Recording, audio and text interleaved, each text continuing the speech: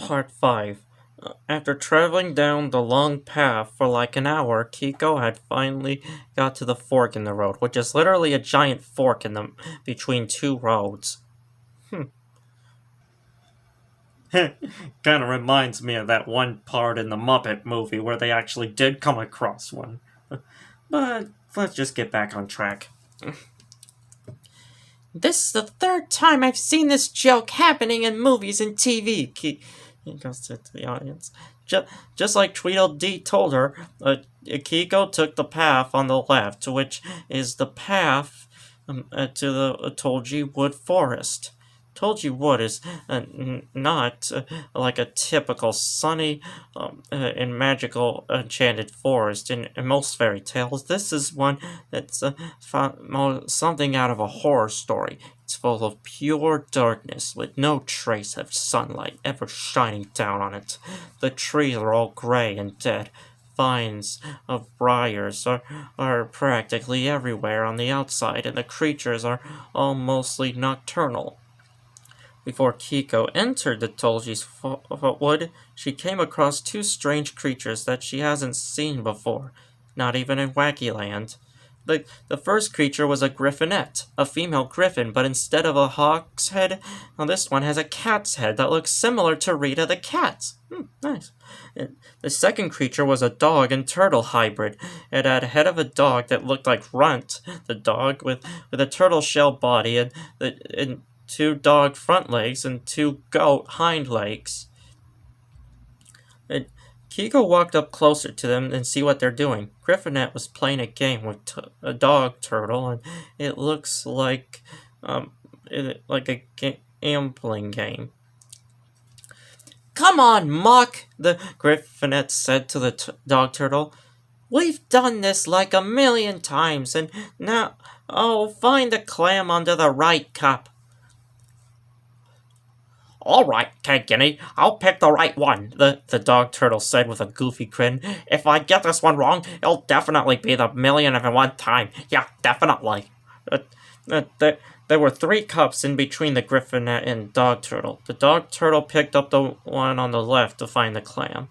Griffinette picked up the cup to show the dog turtle was wrong and lifted the cup that the clam was under. Griffinette got mad with the dog turtle so much she started to pick a fight with him. She continued to fight the dog turtle until they spotted Kikko, who was right beside them. "What are you looking at, kid?" The Griffinette said to Kikko. "You never seen a Griffinette and a dog turtle before?" "Not exactly back where I live," Kikko answered. "I've seen a lot of strange creatures back at home, 'cause I know a guy who lives in Wacky Land, and he had a bizarre-looking things living there. By the way, is this the way to get to the small door to get me out?" "Small door?" Griffinette questioned. "If you think Tolji Wood is the shortcut to it, you're dead wrong. However, there's an exit on the other end from here that'll lead you to the other side of town." "Yeah, just for the woods until you find a bright light that definitely gets you to the other side. Yeah, definitely," the dog turtle added. "Well, thank you, I think," Kikko said, as a not so sure look on her face, and she started to run out into the woods and hurry back home to Burbank. "Some strange kid, that is. Oh wait, that was dog turtle.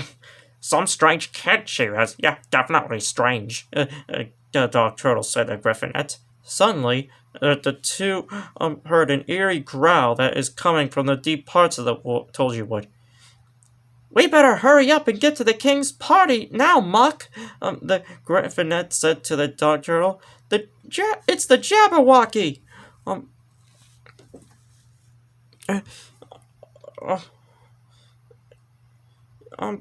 Before the Griffinette could flew away, the dog turtle stopped her and said, "Wait! What about the girl that went into the woods? She's in there all alone, and the Jabberwocky's awakened." Griffinette started to get a worried look and responded, Well, let's just hope she's brave enough to go past him. The Jabberwocky will eat anything that fears him, and he could smell it out. Instead, beside the told you would, Kikko was trying to find the forest exit, the other side, and it wasn't easy to get to it because she had to climb over 3 roots that were sticking out like sore thumbs, and it almost too dark to see, and try not to step on anything small. Also, some strange, creepy noises on the way, and it didn't stop Kikko from looking on her way back home. Then a stampede of Tulgey Wood creatures started to pass by Kikko.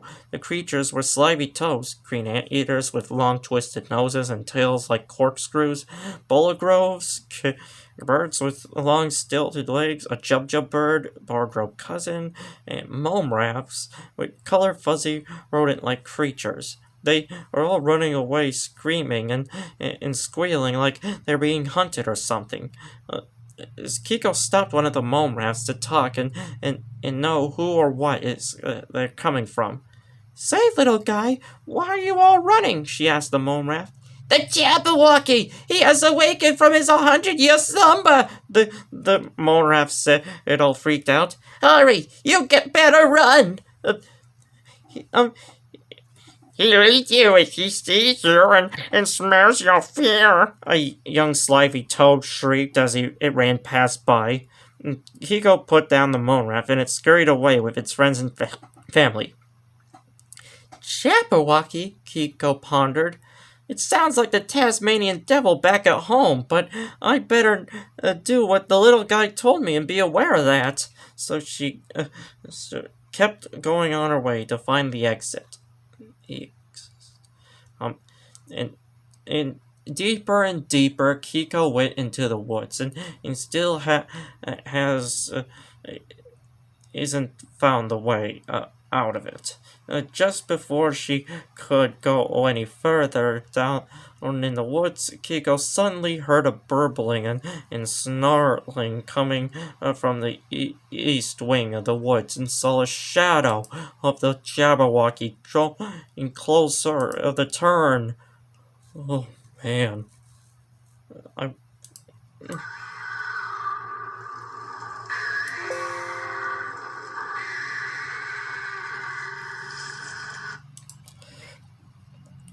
Kikko was trembling in fright, but she knew that she had to hide before the Jabberwocky comes closer to see her. She quickly hid herself behind a pile of dead tree branches on the ground, where a tree root is at.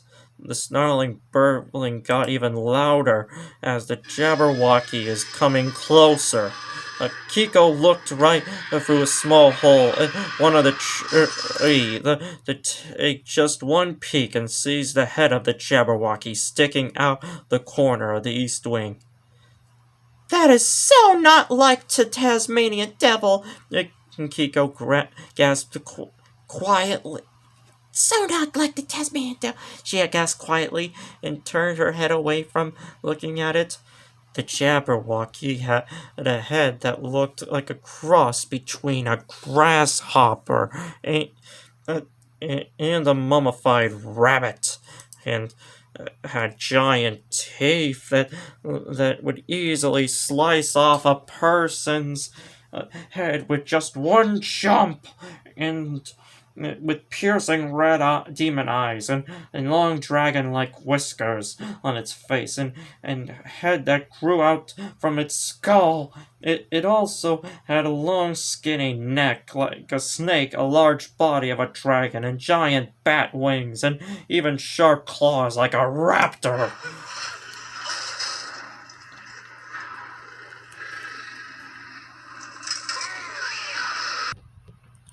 It walked its way down as it smelled something like it never smelled in a long time. Fear. And Kikko was all terrified. That as the Jabberwocky was walking closer to where she is hiding, The Jabberwocky crept its way to the downside of the path as it tries to find out where the smell is coming from. It smelled near the branches Kikko was hiding, but couldn't find the source of the smell of fear. It moved its head away and it started to creep down to the west wing, in something that a scent of fear written all over it. Kikko was relieved that the Jabberwocky didn't find her, but she was afraid that he'll be back here. And so she had to think of a way to get out of the woods without running into the Jabberwocky. Kikko exits out to the pile of branches, starting to run away from it. Then she heard the noise of the Jabberwocky growling from far away and starting to run even faster. All the growling from the Jabberwocky startled her so much so as she ran, she couldn't figure out which way to go to find the exit. She went around in circles on a few trees and tripped on one of the roots. Then Kikko finally sees a bright light coming from 10 feet away from her. It was the exit of the Tulgey Wood Forest.